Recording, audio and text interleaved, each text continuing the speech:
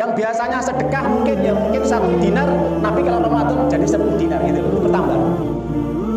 Sampai Utsman bin Affan, saya ceritakan kemarin pas kita kajian ya, itu kalau setiap Ramadan, setiap hari itu bisa memberikan makan orang berpuasa atau takjil istilah sekarang itu, dalam 1 hari bisa mengeluarkan hartanya itu berapa? Kurang lebih hampir 20 sampai 21 miliar kalau diteruskan sekarang 1 hari loh ya. Itu Utsman bin Affan. Masya Allah. Kenapa?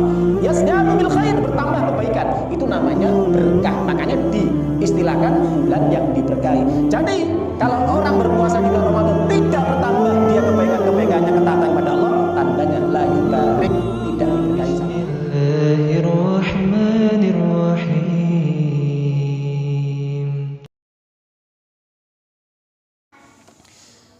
Assalamualaikum warahmatullahi wabarakatuh. Innal hamdalillah walhamdulillahi rabbil alamin wa bihi nasta'inu ala muridin waddin. Asyhadu an la ilaha illallah wahdahu la syarika lahu wa asyhadu anna Muhammadan abduhu wa rasuluh. Allahumma shalli wa sallim wa barik ala Muhammad wa ala alihi wa sahbihi ajma'in wa man tabi'ahum bi ihsanin ila yaumil qiyamah.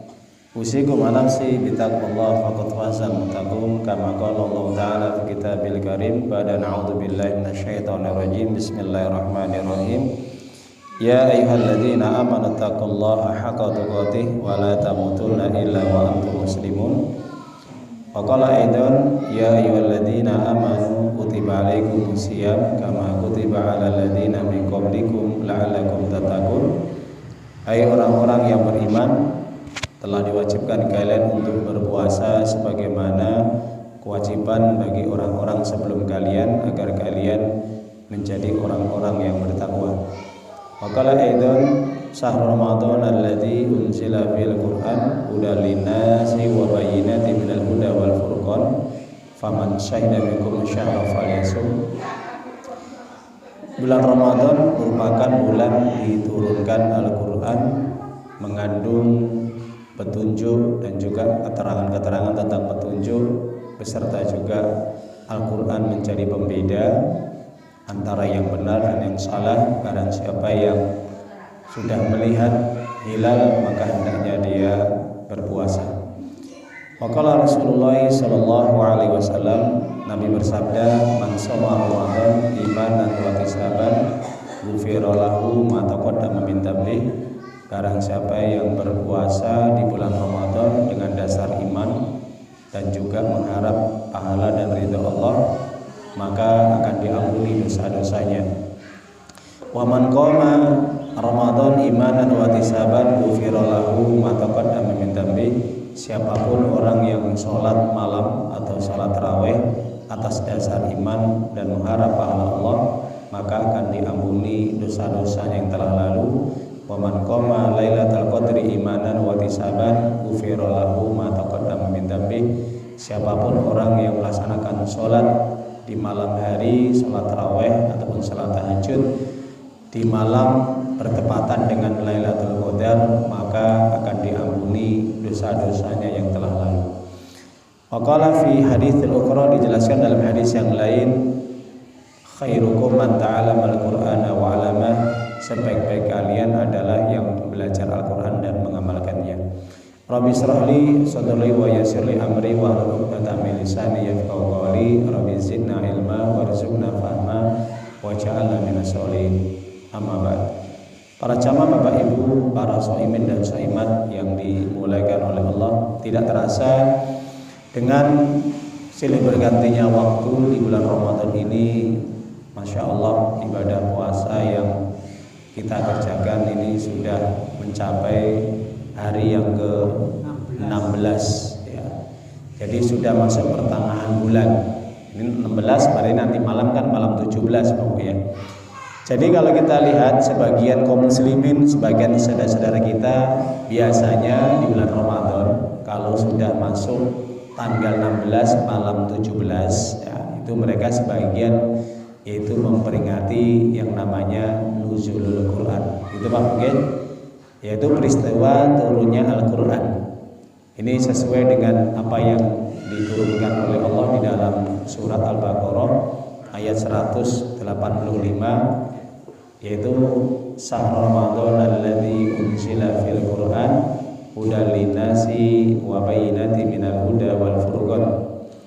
Al-Qur'an diturunkan di bulan Ramadan.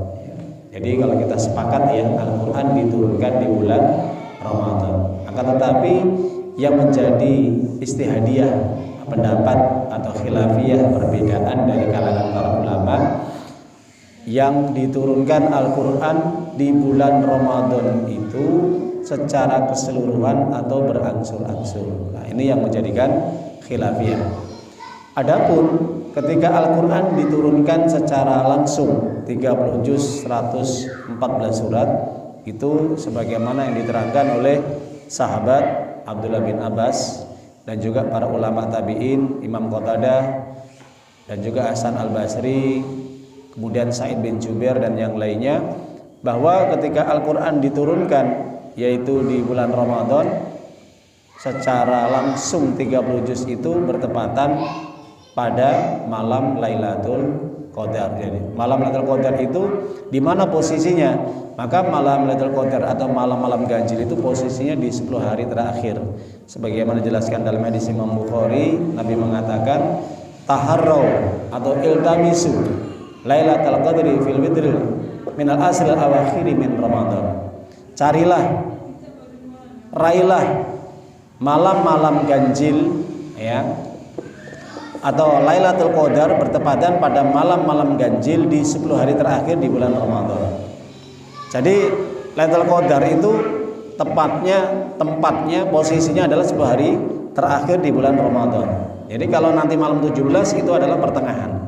Nah, terkait dengan turunnya Al-Qur'an secara langsung itu jelas ya, para ulama ahli tafsir sepakat dan dijelaskan dalam hadis sahih bahwa Al-Qur'an diturunkan secara sekaligus 30 juz 114 surat itu, yaitu pada malam Lailatul Qadar. Makanya diturunkan surat Al-Qadar. Inna anzalnahu fi Lailatul Qadar. Aku turunkan Al-Qur'an ini yaitu pada malam yang penuh dengan kemuliaan. Wa ma adraka ma Lailatul Qadar, wahai Muhammad, tahukah kamu apa itu malam yang penuh dengan kemuliaan?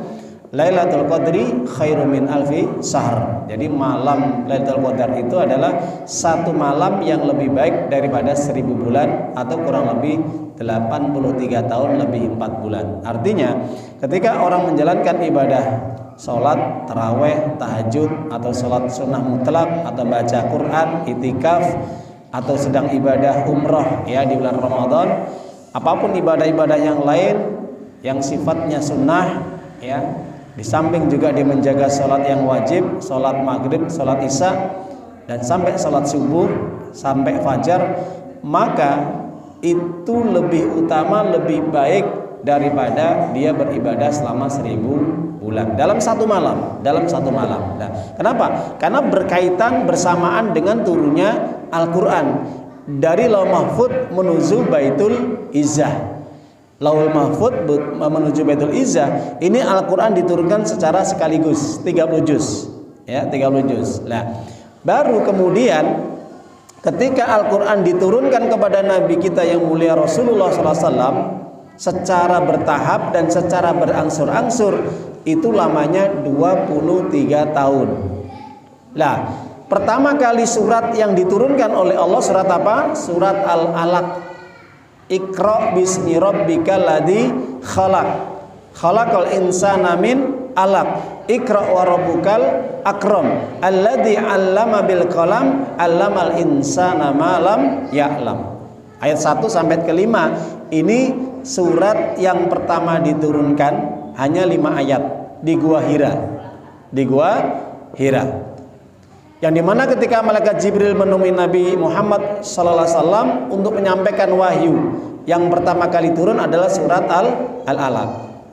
Itu bertepatan kapan? Nah, ini sebagian ahli tafsir mengatakan bertepatan pada malam 17 Ramadan.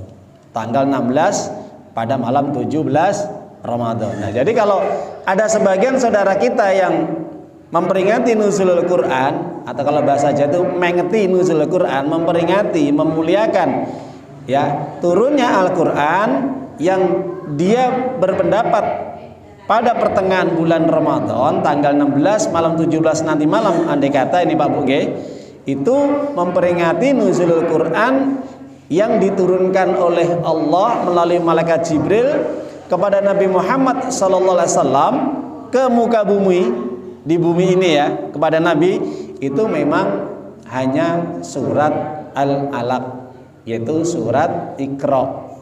Itu memang bertepatan pada malam 17. Jadi satu surat, bukan semuanya, bukan seluruh surat 114 surat, bukan 30 juz.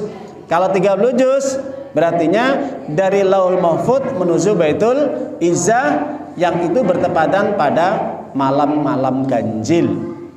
Apakah malam 21, 23, 25, 27 atau 29? Ada 5 malam ganjil dalam 10 hari terakhir di bulan Ramadan. Di antara itulah Al-Quran diturunkan.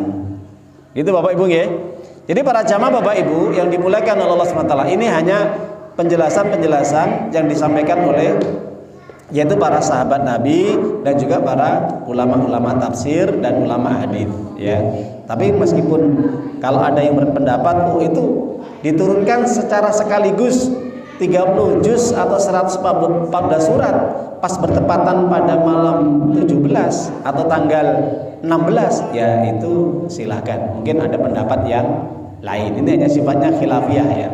Baik, para jamaah Bapak Ibu yang dimuliakan oleh Allah SWT, maka dasar ketika Al-Quran diturunkan pada malam 17 ya, secara berangsur-angsur ya kepada Nabi Muhammad SAW ini ya, maka Allah turunkan di dalam surat Al-Isra, surat yang ke-17, yaitu ayat yang ke-106 ya. Ini Allah turunkan ya. Wa Qur'anan faraqnahu litaqra'ahu 'alan nasi 'ala mukthin wa nazzalnahu tanzila. Ketika Al-Quran diturunkan oleh Allah SWT secara berangsur-angsur agar engkau Muhammad membacakannya kepada manusia secara perlahan-lahan, dan kami menurunkannya secara bertahap. Jelas Pak Bu? Jadi Al-Quran diturunkan 30 juz 114 surat kepada Nabi ini secara bertahap, secara berangsur-angsur, yang lamanya kurang lebih hampir 23 tahun. Dan di Madinah 10 tahun, di kota Mekah 13 tahun. Itu ya, jelas ya. Nah, ini dasarnya. Ketika diturunkan kepada Nabi Muhammad SAW ini secara bertahap atau secara berangsur-angsur. Jadi dalilnya di dalam Al-Quran surat Al-Isra, surat yang ke-17 ayat 106. Ini suara luar. Ya. Dan kalau kita perhatikan para jamaah ibu di bulan Ramadan ini, maka tentunya kita harus betul-betul lebih semangat ya. Terutama ini sudah melalui proses panjang, sudah memasuki pertengahan bulan.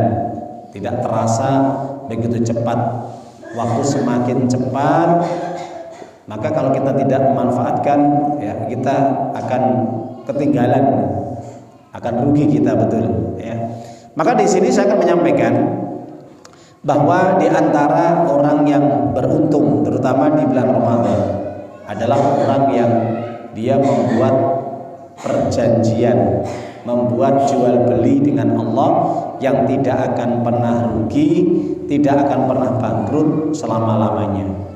Karena dalam hal persoalan ibadah atau jual beli dengan Allah ini ya, itu pastinya dia akan menjadi orang yang paling sukses, paling beruntung, paling selamat, dan paling bahagia hidupnya dunia dan akhirat. Nah, maka orang yang ibadah kepada Allah terutama di bulan Ramadan ini, bulan yang penuh pahala, rahmat, ampunan, dan pembebasan dari api neraka. Ini kalau dia bisa memanfaatkan waktunya supaya nanti bisa mendapatkan keuntungan yang besar. Makanya kalau kita tanya Pak Bu, orang jualan bisnis usaha itu yang dicari untung atau rugi? Jelas untung. Tidak akan mungkin dalam perdagangan tijarah itu dia pengen bangkrut, nggak mungkin. Pasti pengen dapat keuntungan yang besar. Nah, Oleh karena itu para jamaah Bapak Ibu, di sini Allah telah memberikan informasi kabar gembira kepada siapapun mereka yang bisa melakukan akad perjanjian dengan Allah, bisnis jual beli yang tidak akan pernah bangkrut selama-lamanya, tidak akan pernah rugi selama-lamanya. Itu kalau mau hubungan jual beli dengan Allah, bisnis dengan Allah. Apa dagangan Allah Pak Bu? Dagangan Allah itu yang sudah Allah terangkan di dalam surat Fatir ayat yang 29 dan juga ayat yang ke-30.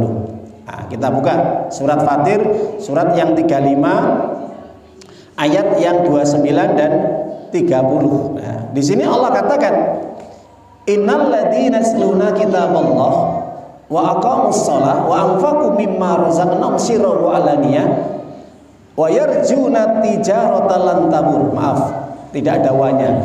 Wa alaniyatan yarjuna tijaratan lan tabur. Sesungguhnya orang-orang yang senantiasa dia membaca Al-Qur'an. Maka di sini membaca Al-Qur'an ini Bapak Ibu, sebagian ulama mengatakan orang membaca Al-Qur'an ini ada 3 level, ada 3 tingkatan. Yang pertama, orang yang membaca Al-Qur'an hanya sekedar dia ingin membaca saja. Jadi mau cotok Pak Bu, tanpa dibarengi untuk memahami, mentadaburi dan mempelajari isi kandungannya. Hanya mocok. Maos mawon membaca qiraah. Ya, kalau kita lihat kebanyakan kaum muslimin ya di bulan Ramadan ini biasa mereka hanya membaca. Ini baik. Ya, baik ini. Dan juga dapat pahala, tetap sama Allah, dinilai sama Allah, tetap diakui sama Allah, diajeni sama Allah, diberi pahala. Setiap orang membaca Al-Quran 1 huruf berapa? 10 kebaikan. Ya, 10 kebaikan. Man qara harfan min kitabillahi walau hasan wal hasanatu bi athri amsalih wa asyri bi amsalihah. Siapapun orang yang membaca 1 huruf dari ayat-ayat Allah, maka dia mendapatkan kebaikan dan kebaikan itu dinilai 10 pahala. Walam akul alif lam mim harfan, walakina alif harfan, lam harfan, mim harfan. Saya tidak mengatakan kata Nabi ketika orang membaca alif lam itu 1 huruf, tapi alif 1 huruf, lam 1 huruf, mim 1 huruf. Jadi ketika orang membaca alif lam mim itu 3 huruf. Jadi berapa? 1 huruf 10 pahala, jadi dapat 30 pahala. Tetap orang baca Quran itu dikasih pahala sama Allah Pak.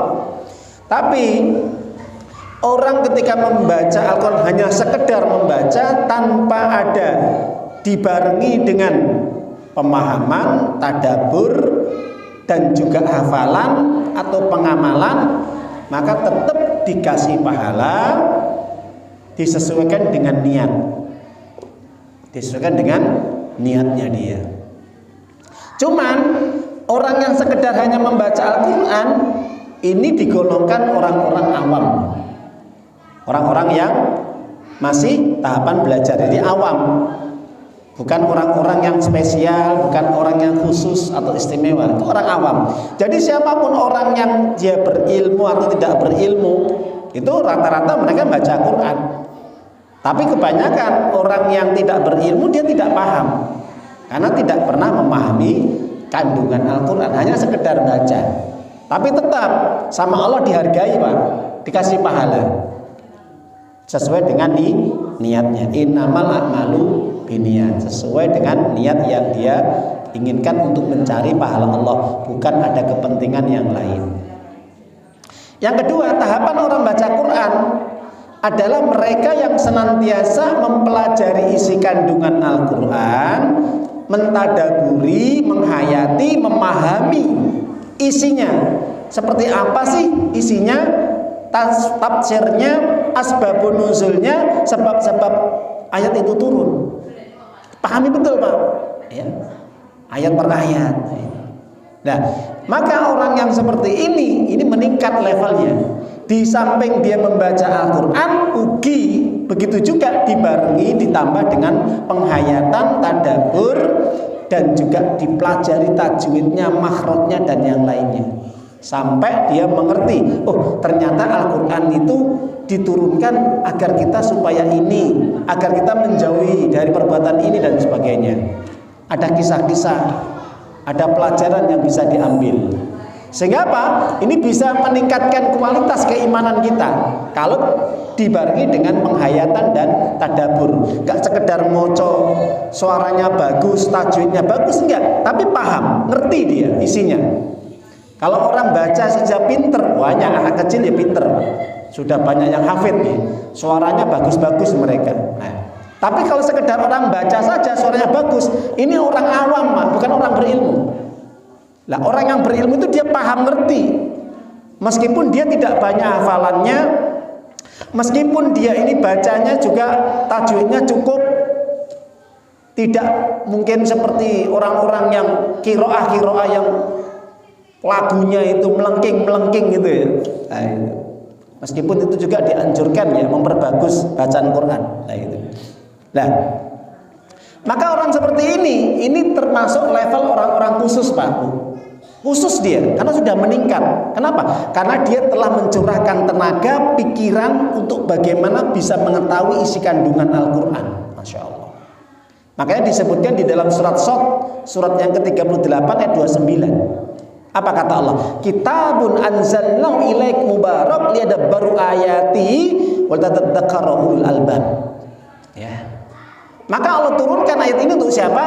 Mereka yang hidupnya dicurahkan, dikorbankan, diwakafkan ya, untuk selalu membaca, mempelajari, memahami isinya. Ya, jadi tingkatnya naik, Pak. Karena apa? Semakin dia semakin repot. Allah turunkan ayat ini, Al-Quran yang kami turunkan kata Allah kepadamu Muhammad, itu kami berkahi kata Allah. Agar apa? Agar supaya ayat-ayatnya itu dipahami, dihayati, direnungi. Itu perintah, Pak. Perintah ini.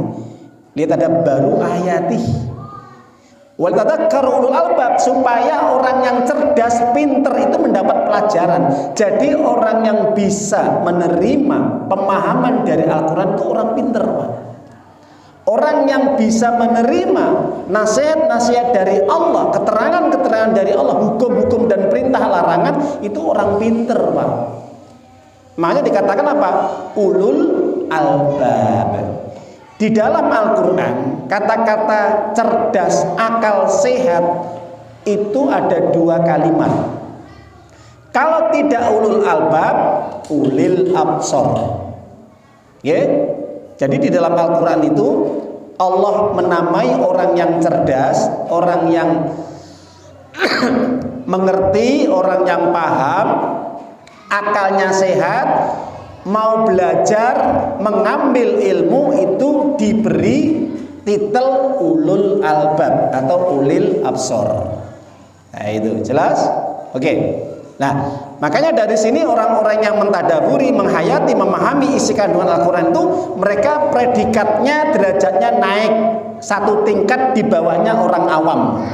Orang awam belum tentu paham. Dia bisa baca tapi nggak ngerti asbabun nuzulnya, hukum-hukumnya, kandungannya, nasih mansuhnya, dan yang lainnya. Nah, ini butuh belajar namanya ulumut tafsir, ilmu yang berkaitan dengan tafsir. Nah, itu. Ini kalangan orang-orang khusus. Naik lagi ke atas, level yang paling tinggi siapa? Mereka yang menghafal Quran, juga di samping menghayati, mentadaburi, memahami isi kandungan Al-Quran, juga mengamalkan, bahkan mendakwahkan, mengajarkannya. Ini nggak main-main, Pak. Ini dia mencurahkan tenaga, pikiran, harta, bahkan nyawa. Taruhannya nyawa. Kok bisa, Ustaz? Loh iya, kita lihat sejarah ulama-ulama dulu ketika dia menyampaikan, mendakwahkan Al-Quran bagi orang yang tidak cocok, tidak setuju, tidak menerimanya, ujung-ujungnya apa, Pak? Kadang kalau mereka nggak menerima, dimusuhi, sampai tingkatan dipenjara bahkan dibunuh. Contohnya siapa? Sa'id bin Jubair. Sa'id bin Jubair, Pak, ini ulama tabi'in. Ya. Harus dia meninggal syahid di tangan Hajjaj Yusuf As-Saqafi, seorang gubernur di wilayah Irak. Gara-gara apa? Hajjaj ini orang yang dolim, pemimpin yang dolim, yang memaksakan keyakinannya. Nah, sedangkan menyimpang dari syariat, dari Al-Quran. Ketika Sa'id bin Jubair mendakwahkan Al-Quran, Islam, meluruskan pemahaman Hajjaj, nggak terima, penggal kepalanya. Banyak kaum muslimin yang meninggal dunia itu atas kekejamannya Hajjaj Yusuf As-Saqafi. Bisa dibuka sejarahnya. Ini pada zaman Bani Umayyah, sekitar pada tahun 100 ya Hijriah sampai 200 Hijriah. Ini sejarah ini ya. Nah, kalau kita lihat, maka dari peristiwa ini orang-orang yang istimewa itu mereka yang betul-betul ya mencurahkan tenaga, pikiran, harta sampai nyawanya. Demi apa? Untuk menyampaikan Al-Quran supaya umat itu paham, mengerti tentang Al-Quran dan mau mengamalkan isinya. Sehingga orang itu kalau sudah mengamalkan, orang yang seperti ini langsung, Pak, Bapak Ibu, disayang sama Allah. Tidak hanya disayang, dapat predikat Robbaniyin. Apa Robbaniyin, Pak? Para pengabdi-pengabdi agama Allah yang mengabdikan dirinya untuk agama Allah. Satu, di dalam surat Al-Imran 79, surat yang ketiga, apa kata Allah? Kunu robbaniyina bima kuntum tu'allimunal kitab wa bima kuntum tadarusun. Ayat yang terakhir ditutup dengan kalimat itu. Jadilah kalian sebagai pengabdi-pengabdi agama Allah, yang menyampaikan agama Allah, yang mendakwahkan Al-Quran dan Sunnah, yang memperjuangkan agama Allah, yang dimana kalian mengajarkan Al-Quran, Sunnah, syariat Islam kepada manusia. Kamu juga belajar. Di samping kamu mengajarkan, mentaklimkan, mendakwahkan, kamu juga belajar. Jadi masih belajar, Pak. Jadi ulama-ulama itu ya masih belajar. Pahami dulu, dihayati dulu. Ya, jangan sampai nanti dia menyimpang salah ketika menyampaikan. Makanya rujukannya jelas, tafsirnya jelas, Ibnu Katsir, Imam Qurtubi, Jalalain, Jafar At-Tabari, Jari' Imam Tabari, dan masih banyak seperti ulama sekarang, ya toh, Syekh ya Abdurrahman Nasir As-Sa'di, Syekh As-Sa'rawi yang di Mesir itu, gitu, dan yang lainnya. Ini ulama-ulama tafsir, Pak, Bu, mulai salaf sampai khalaf, itu harus ngerti dia. Di samping juga mengerti, dia paham, diamalkan, diajarkan. Yang kedua dalilnya, Allah SWT berfirman di dalam ayat 115 surat Al-An'am. Apa kata Allah? Wa hadza kitabun anzalna mubarak fattabi'u wattaqu la'allakum turhamun. Inilah Al-Quran yang kami turunkan, kata Allah, yang kami berkahi. Al-Quran ini diturunkan, diberkahi, betul Pak? Makanya yang dinamakan Ramadan itu adalah Sahrul Mubarak. Yang menamai Sahrul Mubarak siapa, Pak, Bu? Allah dan Rasulnya. Mana dalilnya? Di dalam surat Ad-Dukhan surat 44 ayat 3. Allah katakan, Inna anzalnahu fi lailatin mubarakah. Kami turunkan Al-Quran ini pada malam yang diberkahi. Diterangkan oleh Nabi secara jelas dalam hadis Imam An-Nasai, Idza atakum Ramadan sahrun mubarak. Apabila datang kepada kalian Ramadan adalah bulan yang diberkahi. Jadi yang menamai, yang memberikan keterangan bahwa Ramadan adalah bulan yang diberkahi, Allah dan Rasulnya. Makanya diterangkan Al-Quran kami turunkan itu mengandung berkah. Di mana? Pas bertepatan di bulan Ramadan.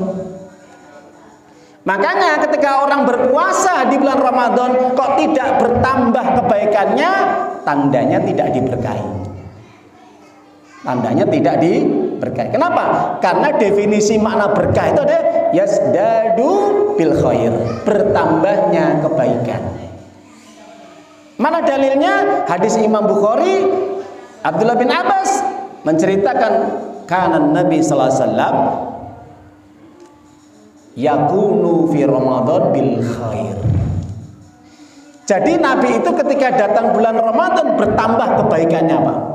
Bertambah. Yang biasanya sedekah mungkin 1 dinar, Nabi kalau Ramadan jadi 10 dinar gitu loh. Itu bertambah.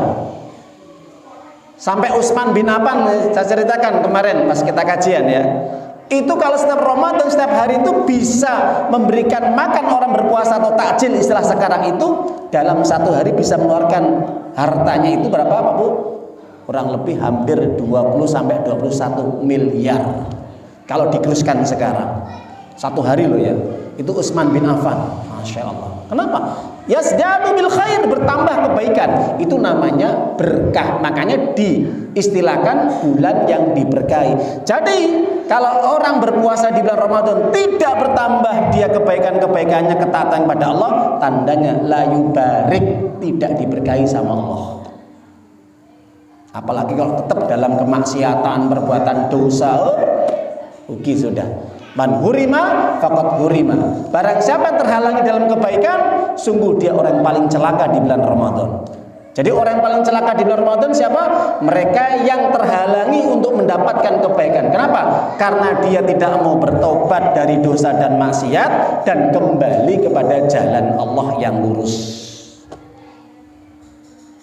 Ya, itu orang yang celaka, Pak.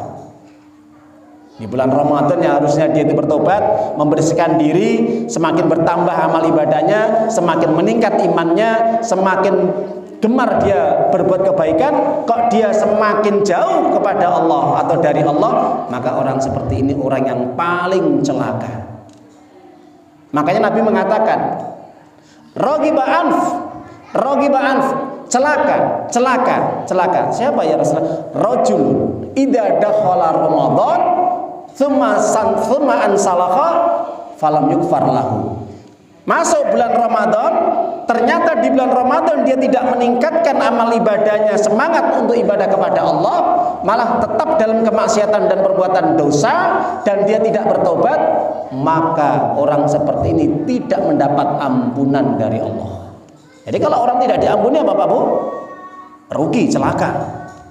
Itu. Makanya hati-hati, jangan sampai lewat Ramadan atau berlalu Ramadan kita tidak diampuni sama Allah dosa-dosa kita.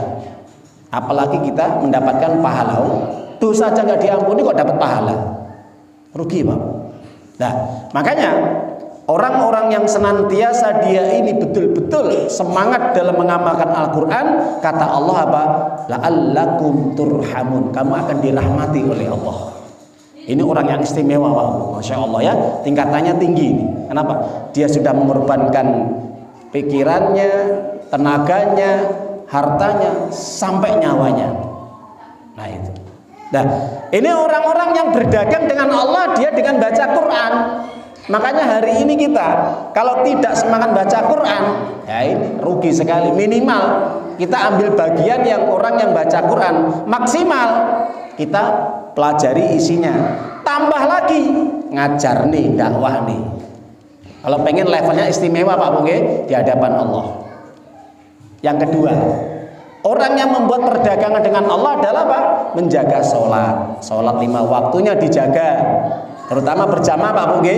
Nah ini kadang-kadang kita heran Pak, heran itu.